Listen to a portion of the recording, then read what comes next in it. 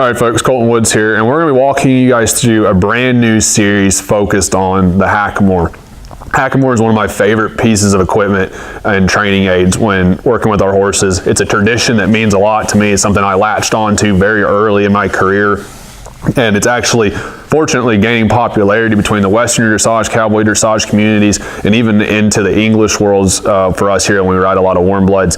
It's folks, even those folks are starting to get interested in working with their horses in a Hackamore. So just to get the thing started, I want to walk you guys through the basic traditions of the Hackamore, how it was designed to be used, and why I actually prefer to use it. And so just jumping straight in, the Hackamore came into what we're going to call the United States in the late 1700s. It came up from northern Mexico into the southern California. It was introduced from the Mexican culture or the Spaniard culture into the southern vaquero style horsemanship. And these guys out there, they were working cattle, they were using horses for their jobs, and they were managing thousands of head of cattle on thousands and thousands of acres. And so these guys were using their horses to get their job done, but they also had a lot of time on their hands. And so while they had all this time on their hands, they were focused on refining their horsemanship, refining the communication between them and their horse, making it seem almost like they were doing nothing.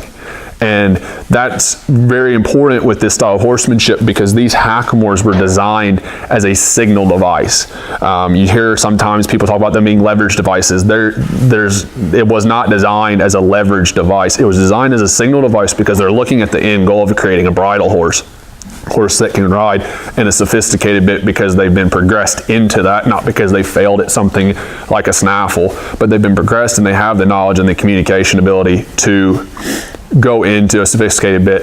And that bit itself, the way it's designed with the rein chains, the Ramel reins, is a signal device itself. So the Hackamore is a signal device. It starts right here in the Hackamore with a signal device.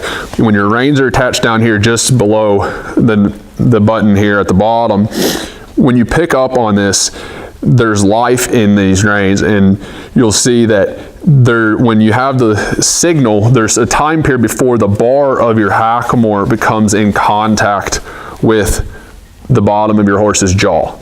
And there's a feel that comes through the nose button up here that your horse will begin to operate on. And so you go through a signal period before you actually have physical contact on the reins. And that is really important because we're looking at creating a bridle horse down the road, or even just refining the communication with our horses to an extent that it looks like we're hardly doing anything.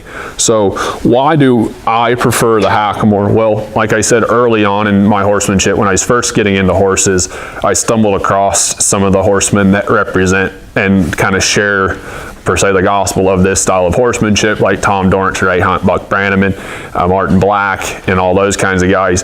And I really, really fell in love with the tradition and the culture, as well as the style of the horsemanship that was going into everything from the way the Hackamore looks on a horse to the way a bridle horse or a two-rein horse looks, but also the philosophy in behind it was something I very much connected to. And when I've got into riding client horses versus personal horses, I always found myself gravitating towards riding a horse in the Hackamore.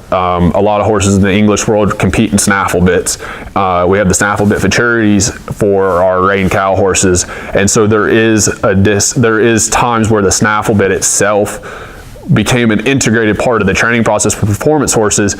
And so I spent a lot of time riding horses in the snaffle. But when I got to ride a horse for myself, then I found myself riding the Hackamore. I feel like it makes you a better horseman. It makes your hands, it makes you, the way you use your hands and how you actually have to operate with your horse is so much more tactful. You make yourself a better horseman. You get better, lighter hands, more effective communication. You get in better time with your horse's feet, because there's things that you can't do in a Hackamore that you might be able to get away with in a snaffle. Snaffle bit sits in the most sensitive part of the horse's body, sits right in its mouth. This Hackamore does not. Now, I'm not saying that the horse's nose is not sensitive, but what I'm saying is that sometimes you can kind of make a horse do something in a snaffle that you're not going to be able to make them do in a Hackamore, because they can lean into this. And you want to teach a horse to lean into something, you'll have to teach a horse how to back off of something then later on. And I really find that it makes everyone a better horseman all in all, and that it's a journey that I've wanted to be on because I'm here to progress my horsemanship. We want to share it with you guys because I know a lot of you, any of you guys that are probably watching this video to this point, even though it being the introduction video, are interested in becoming a better horseman, horsewoman, as it may be. So we're going to walk you guys through the steps on how to tie the Makate on, different ways to utilize your reins when working with your horse, and how to care for your Bosal, how to measure your horse, how to get you set up with a proper outfit that fits your horse well, that you know how to operate, and you know how to put the reins on your Bosal. You know how to make sure that you've got it shaped up right. We're going to walk you guys through the step-by-step processes on getting started in the Hackamore. And so we look forward to having you guys along for this journey, and thanks for watching, guys.